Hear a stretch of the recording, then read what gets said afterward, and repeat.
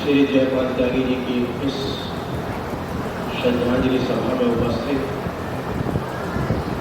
सम्मानित महानुभावों, मातृशक्ति, शोकाकुल परिवार, आज हम यहाँ पर उपस्थित हुए हैं। ये इस बात का प्रतीक है कि जितनी भी आत्माएं यहाँ उपस्थित हैं, ये किसी न किसी रूप में, किसी न किसी जन्म में उनसे जरूर जुड़ी रही होगी जो यहाँ तक आए और अपनी श्रद्धांजलि उन्हें अर्पित कर रहे हैं। मेरा उनका संपर्क लगभग 1 वर्ष से था। मैंने बहुत कुछ उनसे सीखने का प्रयास कर रहा था। अचानक सोमवार के दिन उन्होंने मुझे बुलाया भी, 21 मई को क्या आप घर पर आइएगा। और जैसी ही सूचना प्राप्त हुई तो विश्वास नहीं हुआ कि एक व्यक्ति बिल्कुल स्वस्थ और वो अपने निवासी स्थान पर बुला रहे थे, तो विश्वास भी नहीं हुआ कि अचानक ये सब कैसे हो गए। ऐसे विद्वान और ऐसे प्रतिभावान, बहुआयामी प्रतिभा के धनी वर्षों में, सैकड़ों वर्षों में पैदा होते हैं। मैं प्रणाम करता हूँ, नमन करता हूँ उनको। उनके जो लेख हैं, कभी आप लेख पढ़े, वो लेख बहुत अच्छे लेख लिखते थे। अभी एक लेटेस्ट उनका लेख आया, अच्छा व्यवहार ही सफलता की कुंजी है। इससे पूर्व उन्होंने एक लेख और लिखा कि क्षमा व्यक्ति का सर्वश्रेष्ठ गुण है, जो ईश्वरीय गुण है। और आजकल वो गीता का अध्ययन कर रहे थे, तो मैं कह रहा था उनसे, मैंने कि आप तो स्वयं कर्मशील है, कर्मवीर है, निष्ठावान है। तो उन्होंने एक बात बहुत अच्छी बताई, बोले कि मन और बुद्धि, ये दुनिया 2 चीज से चल रही है, मन और बुद्धि। मन हमारा चलायमान है, प्रिंसिपल का बहुत चलायमान है, और इस पर अगर नियंत्रण है तो बुद्धि का है, बुद्धि को भी एकाग्रचित कर।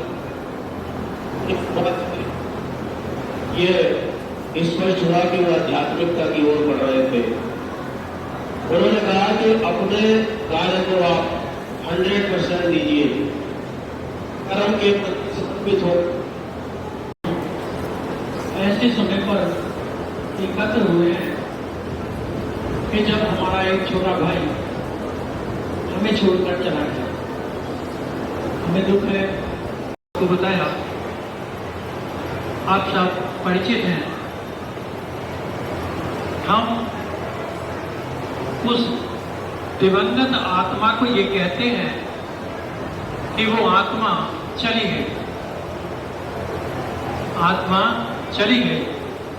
लेकिन मैं एक थोड़ी सी बात आपको बताता हूं कि ये आत्मा कहीं नहीं गई, आत्मा कहीं नहीं गई, आत्मा कहीं जाती नहीं है। ये तो जीवन चक्र है आत्मा का। हम केवल इतना जानते हैं कि एक बच्चा पैदा हुआ, बड़ा हुआ, जवान हुआ, वृद्ध हुआ और चला गया। तो हम केवल इसी को उस आत्मा का जीवन मानते हैं, लेकिन ये आत्मा का जीवन नहीं, ये तो आत्मा का एक पड़ाव है। पैदा होने से पहले भी आत्मा थी और यहां से जाने के बाद भी आत्मा रहेगी। उसका एक मैं छोटा सा उदाहरण देता हूं। जैसे यदि हम एक नदी के पुल पर खड़े हो जाएं और जिधर से नदी आ रही है उधर को जहां तक हमारी नजर जा रही है वहीं पर हम एक काल्पनिक बिंदु लगाते हैं कि नदी वहां से आ रही है, और जिधर को जा रही है नदी उधर भी जहां तक हमारी नजर जाती है वहीं पर एक काल्पनिक बिंदु लगाते हैं। तो जहां आने की तरफ हमने बिंदु लगाया और जहां जाने की तरफ बिंदु लगाया, हमने ये सोचा कि नदी इतनी ही है। हमने ये सोच लिया कि नदी इतनी ही है जितनी हमें दिखाई दे रही है, लेकिन नहीं, उस बिंदु से आगे भी नदी है और जाती दफे जहां बिंदु लगाया है उसके बाद भी नदी है। तो ये जो आत्मा है ये तो उस नदी की तरह है जो हमेशा निरंतर दूर से चली आ रही है और दूर तक चली जाएगी। ये केवल जहां तक हमने देखा है कि पैदा होने से लेकर मरने तक, ये तो जीवन का केवल एक पड़ाव है। हम उसके केवल एक पड़ाव के बारे में जानते हैं, लेकिन ये जो जीव आत्मा यहाँ आती है वो वैसे ही नहीं आती। उसके कुछ पुराने संबंध होते हैं हमसे, हमारे संस्कार उससे जुड़े हुए होते हैं, तभी वो बच्चा हमारे घर में पैदा होता है, बड़ा होता है, सेवा करता है, सेवा करने के बाद वृद्ध होकर वो चला जाता है। यानी कि जितने दिन का साथ हमारा उसका होता है वो उतने दिन आत्मा यहाँ पर हमारे साथ रहती है। हम केवल रोते हैं। क्यों रोते हैं कि हमारा तो मर गया, हमारा तो चला गया। अब अगर ध्यान से सोचा जाए, ठीक से विचार किया जाए, कहने के लिए मेरे शब्द नहीं है कि वो कैसे थे, पर यह है कि हमने अपने एक पिता को, हमारे संगठन ने एक पिता को खो दिया है, इसका हमें बहुत बहुत गहरा आघात पहुंचा है। परम पिता परमात्मा से मैं बस यही कहूंगा कि उस दिव्य आत्मा को श्री चरणों में स्थान दे और परिवार को इस दुख को सहने की शक्ति प्रदान करें। ओम शांति।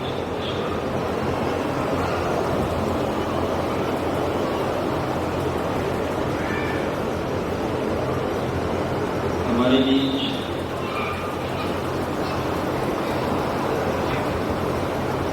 अपनी श्रद्धांजलि अर्पित करने के लिए पधारे चंद्रपाल त्यागी जी, मैं उन्हें आमंत्रित करूंगा कि वो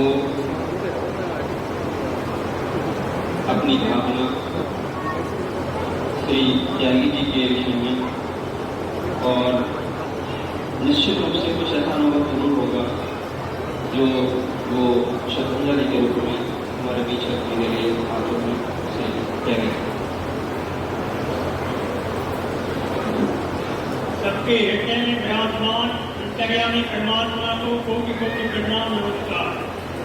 दिवंगत आत्मा की श्रद्धांजलि सभा में आए हुए सभी सम्मानित महान भाव पूजनीय मातृशक्ति महिला शक्ति, दिवंगत आत्मा का साकार विग्रह इस समय हमारे समक्ष नहीं है, परंतु उनके दिव्य कार्य, उनका स्नेह, उनका व्यवहार हमेशा हमारे साथ रहेगा और वो विनम्रता, सहनशीलता और उदारता की साक्षात मूर्ति सहित मैं उनके बारे में दो पंक्तियां बोल रहा हूं। प्रेम दया प्रतिभा का संगम, प्रेम दया प्रतिभा का संगम, कहीं कहीं एक साथ मिलेगा, समाज तुम्हारी शिक्षा सेवा, युग ज्ञात करेगा, युग ज्ञात करेगा।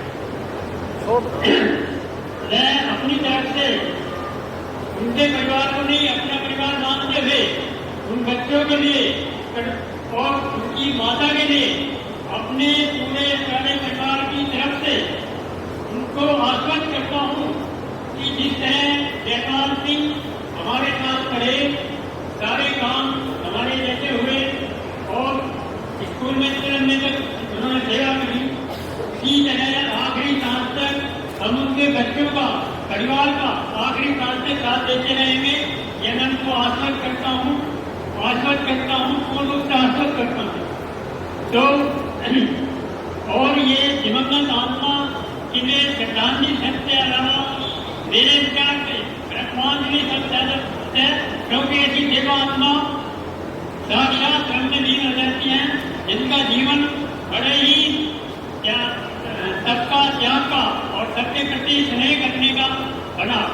और मैं यहाँ उपस्थित समस्त महिला शक्ति को और सभी अपने महापुरुषों को ये आसन कहता हूँ कि सभी मेरे साथ भगवान नाम की एक माला का उच्चारण करेंगे। ओम राम राम 1, राम राम 2, राम राम 3, राम राम 4, राम राम 5, राम राम 6, राम राम 7, राम राम 8, राम राम 9, राम राम 10, राम राम 11, राम राम 12, राम राम 13, राम राम 14, राम राम 15, राम राम 16, राम राम 17, राम राम 18, राम राम 19, राम राम 20, राम राम 21, राम राम 22, राम राम 23, राम राम 24, राम राम 25, राम राम 26, राम राम 27, राम राम 28, राम राम 29, राम राम 30, राम राम 31, राम राम 32, राम राम 33, राम राम 34, राम राम 35, राम राम 36, राम राम 37, राम राम 38, राम राम 39, राम राम 40, राम